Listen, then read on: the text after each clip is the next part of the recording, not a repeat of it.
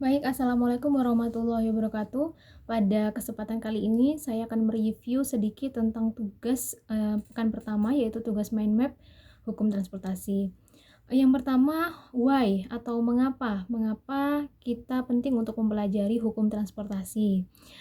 Secara umum, kita mengetahui bersama bahwa transportasi adalah hal yang sangat vital dalam kehidupan kita berbangsa dan bernegara, bahwa transportasi ini sangat mendukung pembangunan, terutama pembangunan di bidang ekonomi.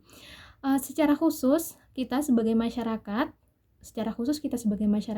kita juga tidak lepas dari kegiatan pengangkutan atau kegiatan transportasi. Apakah itu menggunakan transportasi pribadi maupun transportasi umum.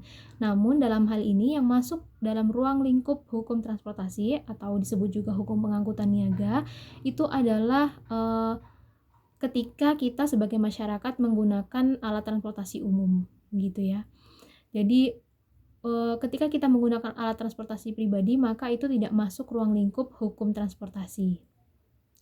Kemudian sebagai pelaku usaha, tentu saja tidak akan lepas dari kegiatan pengangkutan atau transportasi ini.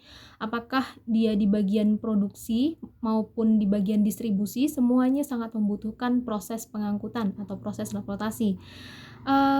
Apakah dia memproduksi barang ataupun apakah dia perusahaan yang memproduksi barang ataukah dia perusahaan yang memproduksi jasa atau menawarkan jasa, itu juga tidak lepas dari proses transportasi. Sehingga kita saudara-saudara sebagai mahasiswa hukum ekonomi syariah sangat penting untuk mempelajari, untuk memahami hukum transportasi. Kemudian yang kedua tentang what. What ini adalah yang saya maksud adalah ruang lingkup dari hukum transportasi. Jadi sebagai pemanasan tentu saja mind map ini saudara-saudara kerjakan dan belum masuk pada materi intinya begitu ya, sehingga yang dimaksud dengan what ini bukan pengertian dari hukum transportasi, tetapi apa saja ruang lingkup dari hukum transportasi begitu ya.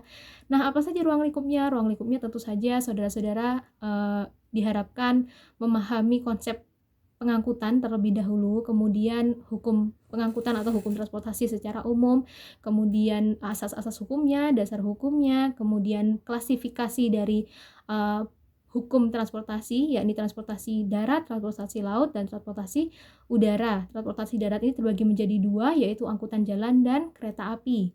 Kemudian angkutan laut tentu saja kapal, dan angkutan udara adalah pesawat. Kemudian juga nanti kita akan mempelajari mengenai perjanjian pengangkutan, kemudian mengenai pengangkutan charter, pengangkutan multimoda, dan isu-isu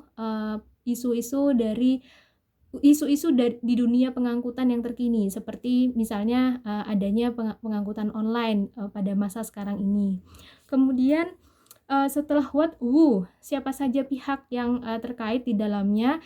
Tentu saja ada pihak pengirim dan pihak pengangkut. Jadi pihak pengirim ini termasuk adalah penumpang. Jadi pengirim ini kalau barang itu disebut pengirim, tetapi kalau orang berarti dirinya sendiri atau penumpang begitu ya. Jadi kita harus membedakan ya, kalau pengirim itu berarti istilahnya adalah barang, kalau penumpang itu berarti kita sebagai orang yang diangkut begitu. Nah, kemudian itu pihak pengangkut. Namun hukum transportasi ini juga akan sangat berguna apabila nanti kelak saudara menjadi praktisi bisnis, menjadi praktisi hukum, seperti misalnya menjadi advokat, menjadi hakim. Itu akan sangat bermanfaat apabila menghadapi kasus-kasus terkait transportasi.